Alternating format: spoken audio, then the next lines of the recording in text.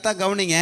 ஆண்டவர் அருமையான நேரத்தில், கரெக்டான நேரத்தில், வழிகளே இல்லாத நேரத்தில், அவன் சரீரம் செத்து போன நேரத்தில், கர்ப்பம் செத்து போன நேரத்தில் ஆண்டவர் ஒரு வாக்குத்தத்தத்தை கொடுக்காரு.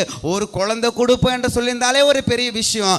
ஆண்டவர் அதை சொல்லாம உன்னை மிகவும் திரளாய் பெருக பண்ணுவேன், உன்னை மிகவும் திரளாய் பெருக பண்ணுவேன். இன்னைக்கு நம்மளுக்கு ஒரு 100 ரூபாய் இருந்தாலும் போதும், இல்லை ஒரு 1000 ரூபாய் இருந்தாலும் போதும், இல்லை ஒரு 10,000 ரூபாய் இருந்தாலும் போதும், இல்லை 1,00,000 ரூபாய் இருந்தாலும் போதும் நீங்கள் நினைக்கலாம். ஆண்டவர் நம்மளை எப்படி தான் பார்க்குறாரு? உன்னை மிகவும் திரளாய் பெருக பண்ணுவேன். அல்லேலூயா. ஒரே ஒரு குழந்தை கொடுத்து சொன்னாலே அவருக்கு ரொம்ப சந்தோஷப்பட்டிருப்பாரு. அதுதான் சொல்லுவார், ஆபிரகாம் நினச்சிருப்பாரு, ஆண்டவர் அப்படி கிள்ளி கொடுக்குறாருல்ல, அவர் அள்ளி கொடுக்குறவர். பக்கத்தில் பசங்க, ஆண்டவர் கிள்ளி கொடுக்குறார்ல, அவர் அள்ளி கொடுக்கிறவர். அவர் உங்களை மிகவும்